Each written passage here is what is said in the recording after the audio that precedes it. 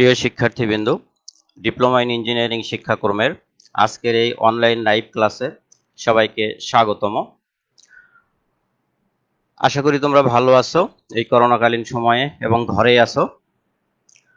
আজকে ক্লাস উপস্থাপনায় আছি Mohammad Abbas Ali, instructor non tech পদার্থ, রংপুর পলিটেকনিক ইনস্টিটিউট রংপুর।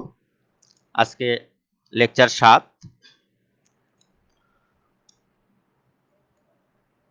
বিষয় ফিজিক্স 2, দ্বিতীয় পর্বের শিক্ষার্থীদের জন্য মূলত। বিষয় কোড 65922, অধ্যায় 6, ফটোমিতি।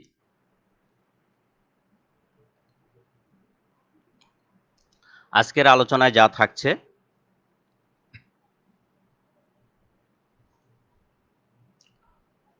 আলো, দীপ্তিমিতি, আলোক ফ্লাক্স, দীপন মাত্রা ও দীপন ক্ষমতার সংজ্ঞা, দীপন মাত্রা ও দীপন ক্ষমতার মধ্যে সম্পর্ক স্থাপন, দীপন মাত্রা ও দীপন ক্ষমতার মধ্যে পার্থক্য, আলোর বিপরীতবর্গীয় সূত্র প্রমাণ, ইঞ্জিনিয়ারিংয়ে আলোক তরঙ্গের ব্যবহার এবং এ অধ্যায়ের গাণিতিক সমস্যার সমাধান।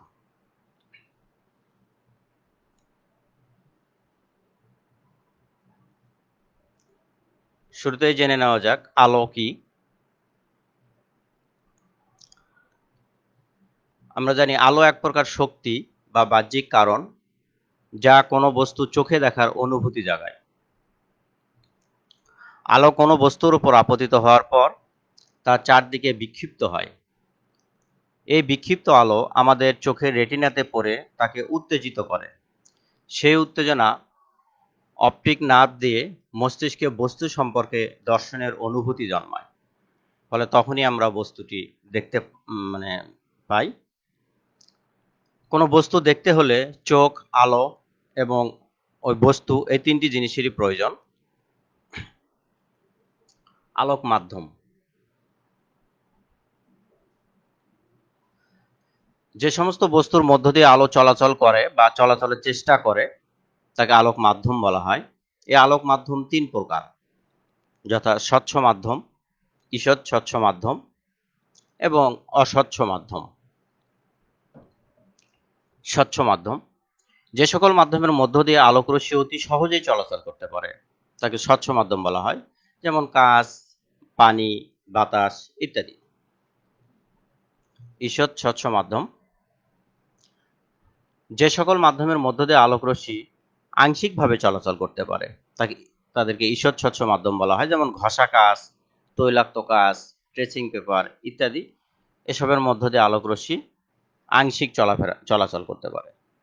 অস্বচ্ছ মাধ্যম, যে সকল মাধ্যমের মধ্য দিয়ে আলোকরশ্মি মোটেই চলাচল করতে পারে না বা একেবারে চলাচল করতে পারে না তাদেরকে অস্বচ্ছ মাধ্যম বলা হয়, যেমন কাঠ, পাথর, ইট ইত্যাদি। এসবের মধ্য দিয়ে আলোকরশ্মি চলাচল করতে পারে না। স্বপ্রভ বস্তু, যে সকল বস্তু আমাদেরকে আলো প্রদান করে তাদেরকে স্বপ্রভ বস্তু বলা হয়, যেমন সূর্য, নক্ষত্র ইত্যাদি। এরা সূর্য, নক্ষত্র এরা নিজের আলোকে আলোকিত হয়। নিষ্প্রভ বস্তু বা দীপ্তিহীন বস্তু, যে সকল বস্তু নিজস্ব আলো নেই বরং অন্যের আলোকে আলোকিত হয় তাদেরকে নিষ্প্রভ বস্তু বলা হয়, যেমন চন্দ্র, চেয়ার, টেবিল, কাঠ ইত্যাদি। চন্দ্র, এদের চাঁদের কোনো নিজস্ব আলো নাই, পৃথিবীর আলোকেই আলোকিত হয়। সমান্তরাল রশ্মিগুচ্ছ, যে কোনো রশ্মিগুচ্ছের আলোক রশ্মিগুলো যদি পরস্পর সমান্তরাল হয়, এই রশ্মিগুচ্ছ 3 ধরনের হয়, যেমন সমান্তরাল রশ্মিগুচ্ছ, তার মধ্যে যে আলোক রশ্মিগুচ্ছ পরস্পর সমান্তরাল হলে তাহলে ওই রশ্মিগুচ্ছকে সমান্তরাল আলোক রশ্মিগুচ্ছ বলা হয়। অভিসারী রশ্মিগুচ্ছ, অভিসারী মানে মিলিত হওয়া। কোনো রশ্মিগুচ্ছের আলোক রশ্মিগুলো যদি কোনো একটি বিন্দুতে মিলিত হয়, যেমন অনেকগুলো আলোক রশ্মি এসে এখানে এই বিন্দুতে মিলিত হয়েছে বা বর্ধিত করলেও ওই বিন্দুতে মিলিত হয়, তাহলে ওই রশ্মিগুচ্ছকে অভিসারী রশ্মিগুচ্ছ বলা হয়। অপসারী রশ্মিগুচ্ছ মানে অপসারিত হওয়া কোনো একটা বিন্দু থেকে, হ্যাঁ, কোনো রশ্মিগুচ্ছের আলোক রশ্মিগুলো যদি কোনো একটি বিন্দু থেকে ছড়িয়ে পড়ে বা পড়ছে বলে মনে হয়, তাহলে ওই রশ্মিগুচ্ছকে অপসারী রশ্মিগুচ্ছ বলা হয়। যেমন এখানে এই বিন্দু থেকে অনেকগুলো আলোক রশ্মি ছড়িয়ে পড়ছে, এখানে দেখানো হয়েছে। দেখাও যে আলো সরল পথে গমন করে। স্বচ্ছ এবং সমস্বত্ব মাধ্যমে আলো সরল পথে গমন করে, কাজে আলোর গতি ঋজু গতি। একটি সহজ পরীক্ষার সাহায্যে এটা প্রমাণ করা যায়। যেমন এই চিত্রে দেখানো হয়েছে যে তিনটা কার্ডবোর্ড এ বি সি দেওয়া আছে। এরা এর কার্ডবোর্ড তিনটি একই উচ্চতায় রেখে, এদের একই উচ্চতায় এবং একই সরলরেখা বরাবর রেখে মাঝখানে ছিদ্র করা হয়েছে, এবং এ প্রান্তে একটা মোমবাতি জ্বালিয়ে সি থেকে যদি দেখা যায় তাহলে এই আলোক রশ্মিটা দেখা যাচ্ছে। কিন্তু এদেরকে যদি একটু এলোমেলো করে দেওয়া যায় তাহলে দেখা যাবে যে আলো আর দেখা যাচ্ছে না। এ থেকে প্রমাণিত যে আলোক রশ্মি আসলে সরল পথে গমন করে। হ্যাঁ, আমি আবারও করছি যে পরীক্ষা, যে একই আকারের তিনটি কার্ডবোর্ড এ বি সি নেই, এদের প্রত্যেকের মাঝখানে একটি করে ছোট ছিদ্র আছে। কার্ডবোর্ডগুলোকে কাঠের স্ট্যান্ডে পরপর এমনভাবে স্থাপন করি যেন ছিদ্রগুলি একই উচ্চতায় এবং একই সরলরেখায় থাকে। এ কার্ডবোর্ডের পেছনে একটি মোমবাতি এস জ্বালায় এবং সি কার্ডবোর্ডের অপর পাশে চোখ রাখলে মোমবাতির শিখা দেখা যাবে। এখন যে কোনো একটি কার্ডবোর্ডকে সামান্য এদিক ওদিক সরিয়ে নিলে অপর পার্শ্ব হতে শিখা আর দেখা যাবে না, কারণ কার্ডবোর্ডগুলো দ্বারা আলো বাধাপ্রাপ্ত হয়েছে। এ থেকে প্রমাণ করা যায় যে আলো সরল পথে গমন করে। দীপ্তিমিতি। দীপ্তি মানে আলো, মিতি হলো পরিমাণ। সুতরাং বুঝতে পারছি যে পদার্থবিজ্ঞানের যে শাখায় আলোর পরিমাণ সংক্রান্ত বিষয়াদি নিয়ে আলোচনা করা হয় সেটা দীপ্তিমিতি। এই যে আলোক বিজ্ঞানের যে শাখায় বিভিন্ন আলোক উৎস বা বিভিন্ন আলোকিত তলের ঔজ্জ্বল্যের তুলনা এবং আলোকের পরিমাণ নির্ধারণ সংক্রান্ত আলোচনা করা হয় তাকে দীপ্তিমিতি বা ফটোমিতি বলা হয়। আলোক ফ্লাক্স বা আলোক প্রবাহ।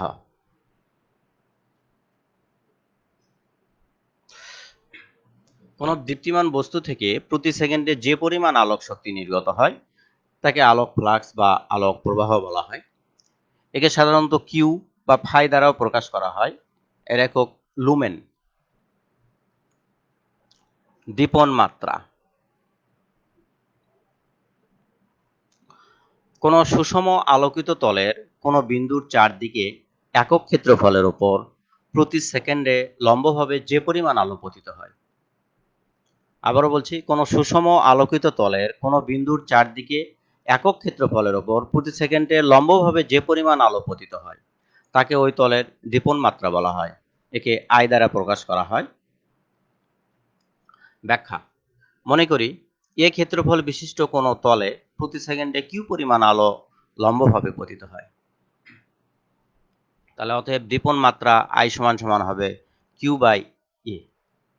আর একটা বিষয় বলে রাখি, আমরা জানি যে সংজ্ঞা দেওয়ার সময় নিচে যেটা থাকে সেটা এককের মাধ্যমে বলতে হয়।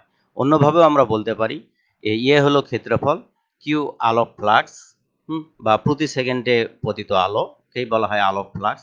সুতরাং আমরা এই দীপন মাত্রার সঙ্গে এভাবেও বলতে পারি যে এক মানে কোন সুষম আলোকিত তলের প্রতি একক ক্ষেত্রফলে আলোক ফ্লাক্সকেই বলা হয় দীপন মাত্রা। দীপন ক্ষমতা। কোন আলোক উৎস হতে একক দূরত্বে অবস্থিত কোন একটি তলের একক ক্ষেত্রফলের উপর প্রতি সেকেন্ডে লম্বভাবে যে পরিমাণ আলো পতিত হয় তাকে ওই উৎসের দীপন ক্ষমতা বলা হয়। একে পি দ্বারা প্রকাশ করা হয়। মনে করি কোনো আলোক উৎস হতে কিউ পরিমাণ আলো এ ক্ষেত্রফল বিশিষ্ট কোন তলের উপর পতিত হয়। তো আমরা জানি কোন গোলকের পৃষ্ঠের ক্ষেত্রফল এ সমান সমান 4 পাই আর স্কয়ার।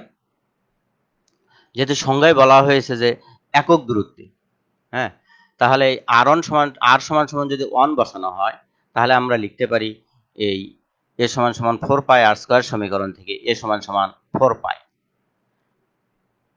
হ্যাঁ, অতএব দীপন ক্ষমতা পি সমান সমান আমরা লিখতে পারি Q by 4 pi R square সমান সমান আর এর পরিবর্তে 1 বসালেই আমরা লিখতে পারি পি সমান সমান কিউ বাই 4 পাই।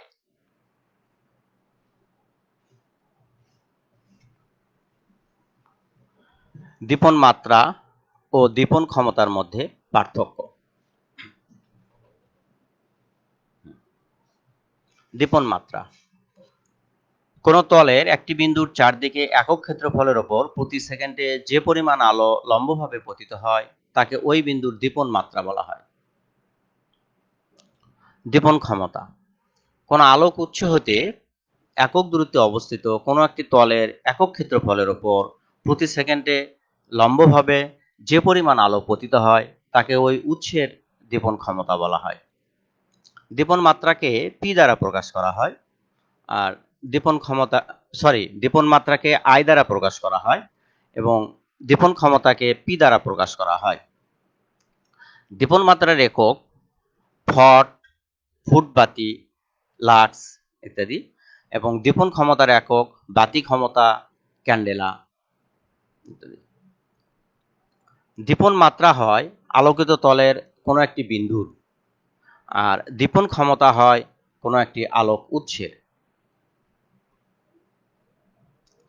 দীপন মাত্রা ও দীপন ক্ষমতার মধ্যে সম্পর্ক।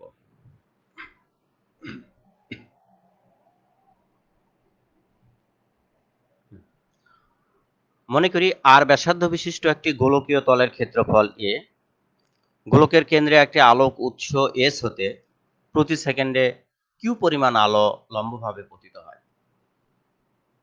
অতএব ওই তলের দীপন মাত্রা হবে, আমরা দীপন মাত্রার সংজ্ঞা থেকে জানি যে আই সমান সমান কিউ বাই এ সমান সমান কিউ বাই গোলকের পৃষ্ঠের ক্ষেত্রফল এ সমান সমান 4 পাই আর স্কয়ার। এটা 1 নম্বর সমীকরণ দেওয়া হয়। আবার আমরা জানি কোন আলোক উৎস হতে একক দূরত্বের দীপন মাত্রাকেই বলা হয় দীপন ক্ষমতা। কাজে এই 1 নম্বর সমীকরণে আর সমান সমান যদি 1 বসানো হয় তাহলে আমরা লিখতে পারি যে দীপন ক্ষমতা পি সমান সমান কিউ বাই 4 পাই। এখন এই মানটি, এই কিউ বাই 4 পাই, এই মানটি যদি আমরা 1 নম্বর সমীকরণে অর্থাৎ বা এই কিউ বাই 4 পাই এর পরিবর্তে যদি পি বসানো যায় 1 নম্বর সমীকরণে, তাহলে আমরা লিখতে পারি আই সমান সমান পি বাই আর স্কয়ার, অর্থাৎ দীপন মাত্রা সমান সমান দীপন ক্ষমতা বাই দূরত্বের বর্গ। ইহাই দীপন মাত্রা ও দীপন ক্ষমতার মধ্যে সম্পর্ক। আলোর বিপরীত বর্গীয় সূত্র, এটা অত্যন্ত গুরুত্বপূর্ণ একটি প্রশ্ন। এই অধ্যায়ের মধ্যে সবচাইতে গুরুত্বপূর্ণ প্রশ্ন, পরীক্ষায় বুধবার আসে। সাধারণত রচনামূলক প্রশ্ন হিসেবে আসে, আবার সংক্ষিপ্ত প্রশ্নের মধ্যেও আসে এটা। আলোর বিপরীত বর্গীয় সূত্র। কোন আলোকিত তলের দীপন মাত্রা আলোক উৎস হতে এর দূরত্বের বর্গের ব্যস্তানুপাতিক। হ্যাঁ, এই যে কোন একটি আলোকিত তলের দীপন মাত্রা আলোক উৎস হতে এর দূরত্বের বর্গের ব্যস্তানুপাতিক। মনে করি কোন তলের দীপন মাত্রা আই এবং আলোক উৎস হতে দূরত্ব আর, তবে এই আলোর বিপরীত বর্গীয় সূত্রানুসারে আমরা লিখতে পারি I proportional 1 by R square.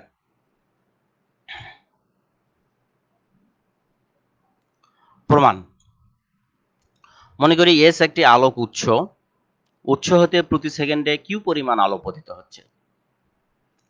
এই আলোক উৎস হতে আর1 এবং আর2 দূরত্বে এ ও বি যথাক্রমে এ ও বি দুটি গোলক অঙ্কন করি। উৎস হতে আর1 দূরত্বে এ গোলক এবং আর2 দূরত্বে বি গোলক। অতএব আমরা পাই এ গোলকের কোন বিন্দুর দীপন মাত্রা, আমরা দীপন মাত্রার সংজ্ঞা থেকে জানি যে আই সমান সমান Q by A. Q R এর মান বসালাম আমরা গোলকের পৃষ্ঠের ক্ষেত্রফল এ সমান সমান 4 পাই আর স্কয়ার। যেহেতু এটা প্রথম গোলকের ব্যাসার্ধ আর1 ধরা হয়েছে, অর্থাৎ এ গোলকের ব্যাসার্ধ আর1 ধরা হয়েছে, কাজে এখানে আমরা লিখেছি কিউ বাই 4 পাই আর1 স্কয়ার, 1 নম্বর সমীকরণ। এবং বি গোলকের কোন বিন্দুর দীপন মাত্রা আই2 সমান সমান কিউ বাই 4 পাই আর2 স্কয়ার, এটা 2 নম্বর সমীকরণ। 1 নম্বর সমীকরণকে 2 নম্বর সমীকরণ দ্বারা যদি ভাগ করি বা ভাগ করে পাই I1 বাই I2 সমান সমান কিউ বাই 4 পাই আর1 স্কয়ার, নিচে লিখলাম কিউ বাই 4 পাই আর2 স্কয়ার সমান সমান, এটাকে যদি আমরা ভেঙে দেই উপরের Q by 4 pi r1 square, এই মানে ভাগের জায়গায় গুণন, তাহলে ভগ্নাংশটি উল্টে যাবে, হর যাবে উপরে 4 পাই r2 স্কয়ার, নিচে আসবে লব কিউ। তাহলে এই কিউ আর এই কিউ কেটে গেল এবং এই 4 পাই কেটে যায়, তাহলে এখানে থাকে ডান পাশে r2 square by r1 square, অর্থাৎ i1 বাই i2 সমান সমান আমরা পেলাম r2 square by r1 square. এটাকে যদি r গুণন করা হয় তাহলে আমরা লিখতে পারি i1 r1 স্কয়ার সমান সমান i2 r2 স্কয়ার, অর্থাৎ i এবং r এর বর্গের গুণফল একই, অর্থাৎ i r স্কয়ার সমান সমান ধ্রুবক। এবার এই r স্কয়ারটাকে যদি আমরা ডান পাশে দেই তাহলে আমরা লিখতে পারি i সমান সমান ধ্রুবক বাই r স্কয়ার। যেহেতু সমানুপাতিক চিহ্ন উঠে গেলে ধ্রুবক আসে, তাহলে ধ্রুবকের পরিবর্তে এখানে সমানুপাতিক বা প্রপোর্শনাল আসলো, অর্থাৎ i প্রপোর্শনাল 1/r স্কয়ার। অতএব কোনো আলোকিত তলের দীপন মাত্রা আলোক উৎস হতে দূরত্বের বর্গের ব্যস্তানুপাতিক। ইহাই আলোর বিপরীত বর্গীয় সূত্র বা দীপন মাত্রার বিপরীত বর্গীয় সূত্র।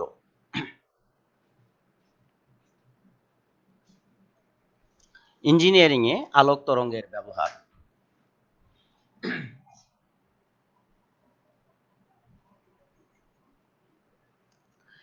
ইঞ্জিনিয়ারিং এর ক্ষেত্রে আলোক তরঙ্গের ব্যবহার ব্যাপক পরিমাণ হয়ে থাকে। রেডিও, টিভি, এক্স-রে ইত্যাদির ক্ষেত্রে আমরা আলোক তরঙ্গ ব্যবহার করে থাকি। আলোক তরঙ্গ বিভিন্ন কম্পাঙ্ক বিশিষ্ট হয়ে থাকে, তাই এক এক ক্ষেত্রে এক এক ধরনের তরঙ্গ ব্যবহার করা হয়ে থাকে। টেলিফোনের ক্ষেত্রে যে তরঙ্গ ব্যবহার করা হয়, রেডিও বা টিভিতে অন্য ধরনের তরঙ্গ ব্যবহার করা হয়ে থাকে। রেডিও তরঙ্গ, অবলোহিত তরঙ্গ, দৃশ্যমান আলো, অতিবেগুনি রশ্মি, এক্স-রে বা গামা রশ্মি সবই আলোক তরঙ্গ। নিম্নে এদের ব্যবহার উল্লেখ করা হলো। রেডিও তরঙ্গ রেডিও এবং টেলিভিশন যোগাযোগের ক্ষেত্রে ব্যবহৃত হয়। অবলোহিত তরঙ্গ রান্নার কাজে বা চিকিৎসা ক্ষেত্রেও ব্যবহৃত হয়। দৃশ্যমান আলো দেখার কাজে ব্যবহৃত হয়। অতিবেগুনি রশ্মি এটা ব্যাকটেরিয়া ধ্বংস করে, তাই জীবাণুনাশক বা জীবাণু মুক্ত করার কাজে ব্যবহৃত হয়। এক্স-রে, আমরা জানি এক্স-রে চিকিৎসা, শিল্প, কাস্টমস বা গোয়েন্দাগিরিতে, কৃষি বিভিন্ন ক্ষেত্রে এক্স-রে বহুল ব্যবহার আছে। দীপ্তিমিতির মূলনীতি। দুটি আলোক উৎস S1 এবং S2 কোনো পর্দা AB থেকে R1 ও R2 দূরে অবস্থিত মনে করি। আচ্ছা, মনে করি দুটি মানে আলোক উৎস S1 ও S2 থেকে একটি পর্দা AB এর দূরত্ব যথাক্রমে R1 ও R2। আচ্ছা, উৎসদ্বয়ের দীপন ক্ষমতা যথাক্রমে P1 ও P2। উৎস দুটি ওই দূরত্ব থেকে যদি পর্দার উপর সমান দীপন মাত্রা, পর্দার উপরে কিন্তু সমান দীপন মাত্রা সৃষ্টি করতে হবে, আই সৃষ্টি করে, তাহলে আমরা লিখতে পারি এই দীপন মাত্রা ও দীপন ক্ষমতার মানে সম্পর্ক থেকে আমরা জানি যে আই সমান সমান পি বাই আর স্কোয়ার। তো যে আই সমান সমান আমরা লিখতে পারি P1 বাই R1 স্কোয়ার সমান সমান P2 বাই R2 স্কোয়ার, যেহেতু উভয়ের ক্ষেত্রে দীপন মাত্রা সমান। বা এই P1 বাই P2 সমান সমান এই R1টাকে আমরা উপরে লিখতে পারি R1 স্কোয়ার বা R2 স্কোয়ার। অর্থাৎ তাহলে এখান থেকে দেখা গেল যে এই P1 প্রপোর্শনাল R1 স্কোয়ার এবং এই P2 প্রপোর্শনাল R2 স্কোয়ার। অর্থাৎ কোনো পর্দার হতে বিভিন্ন দূরত্বে অবস্থিত দুটি উৎস যদি পর্দার উপর সমান দীপন মাত্রা সৃষ্টি করে, তবে উৎস দুটির দীপন ক্ষমতা পর্দা হতে তাদের দূরত্বের বর্গের সমানুপাতিক হবে। ইহাই দীপ্তিমিতির মূলনীতি। গাণিতিক সমস্যা। এই অধ্যায়ের গাণিতিক সমস্যা সাধারণত পরীক্ষার ক্ষেত্রে খুবই কম দেখা যায়, আর মোটামুটি একটা সূত্রই গুরুত্বপূর্ণ, যে দীপন মাত্রা ও দীপন ক্ষমতার মধ্যে সম্পর্ক, অর্থাৎ আই সমান সমান পি বাই আর স্কোয়ার সমীকরণের সাহায্যে। আর আরেকটা যে দীপন মাত্রার সংজ্ঞা, যে আই সমান সমান কিউ বাই এ। এই দুটি সমীকরণেরই মোটামুটি অঙ্ক আছে। এখন দেখাচ্ছি গাণিতিক সমস্যাগুলো। 1 নাম্বার, 100 বাতি ক্ষমতার একটি বাতি হতে 5 ফুট দূরে দীপন মাত্রা বের করো। তাহলে এখানে দীপন ক্ষমতা পি সমান সমান দেওয়া আছে 100/100 বাতি ক্ষমতা, আর সমান সমান দূরত্ব আর সমান সমান 5 ফুট, দীপন মাত্রা আই সমান সমান হট। তো দীপন মাত্রা এবং দীপন ক্ষমতার মধ্যে সম্পর্ক থেকে আমরা জানি আই সমান সমান P/r²। তাহলে এখানে পি এর মান বসালাম 100, আর এর মান 5, তার উপর স্কোয়ার, 5 5 25 হয়, 4 25 100, তাহলে হয় হলো 4, অর্থাৎ 4 ফুট বাতি। এটাই আনসার।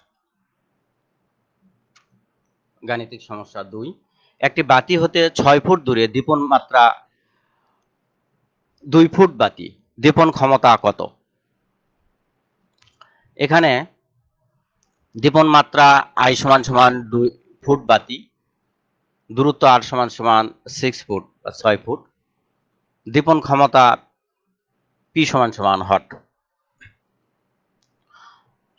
তো দীপন মাত্রা ও দীপন ক্ষমতার মধ্যে সম্পর্ক হতে আমরা জানি আই সমান সমান P/r², বা আর গুণন করলে পি সমান সমান IR²।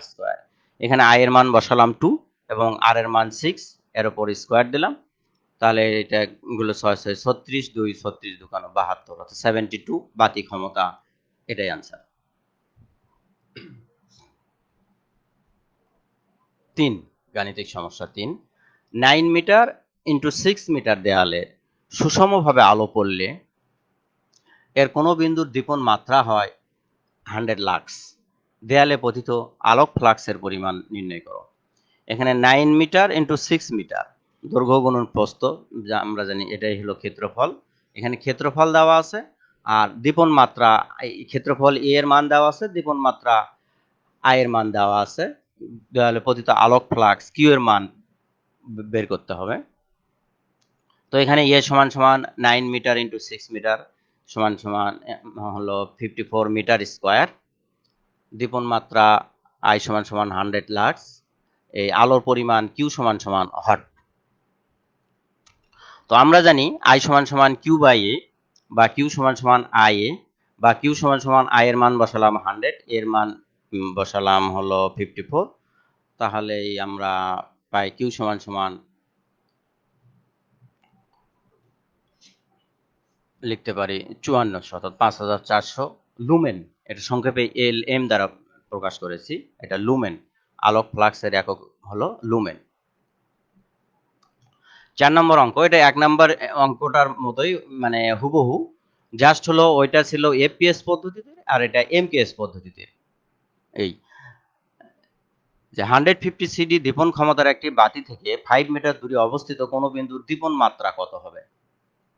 তাহলে এখানে দীপন ক্ষমতা পি এর মান দেওয়া আছে 150 ক্যান্ডেলা, আর সমান সমান 5 মিটার, আই সমান সমান হট। তো দীপন মাত্রা ও দীপন ক্ষমতার মধ্যে সম্পর্ক হতে আমরা জানি আই সমান সমান P/r²। পি এর মান বসালাম 150, আর এর মান 5, তার উপর স্কোয়ার, 5 5 25 হয়, এটা ক্যালকুলেশন করলে আমরা পাই 6, অর্থাৎ এখান থেকে দীপন মাত্রা আই সমান সমান পেলাম আমরা 6 লাক্স। আচ্ছা, মোটামুটি এই অধ্যায়ের ছিল এই আলোচ্য বিষয় এইটুকুই। এখন যদি তোমাদের কোনো প্রশ্ন থাকে, সেই প্রশ্নগুলো আমি দেখছি, দেখি।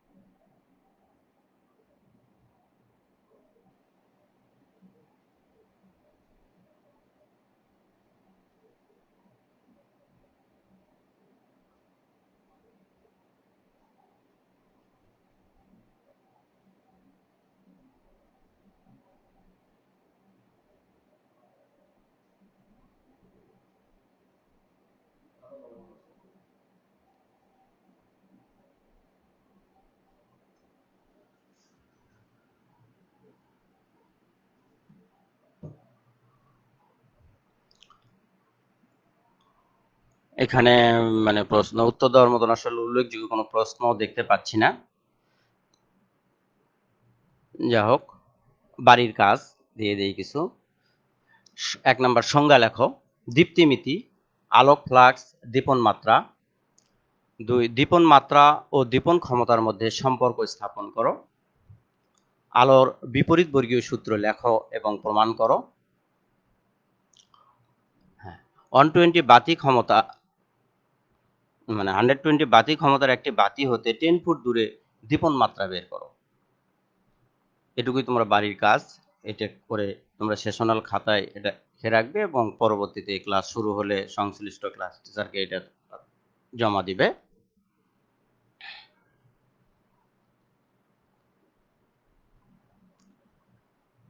যাই হোক, এই ছিল আজকের আলোচনা। আর এর মধ্যে এটাই মোটামুটি আমার শেষ ক্লাস বলা যায়, কারণ শেষের 5টি অধ্যায় পড়ালাম, আর প্রথম থেকে 1, 2, 3, 4টি অধ্যায় আর এক স্যার পড়াইছে। তোমাদের ফিজিক্স 2 এর শুধু 5 নাম্বার অধ্যায়, একটা অধ্যায় বাকি আছে, উনি আগামী বুধবারের দিনে ওটা পড়িয়ে দিবে, তাহলেই এই ফিজিক্স 2 মোটামুটি শেষ হয়ে যাবে।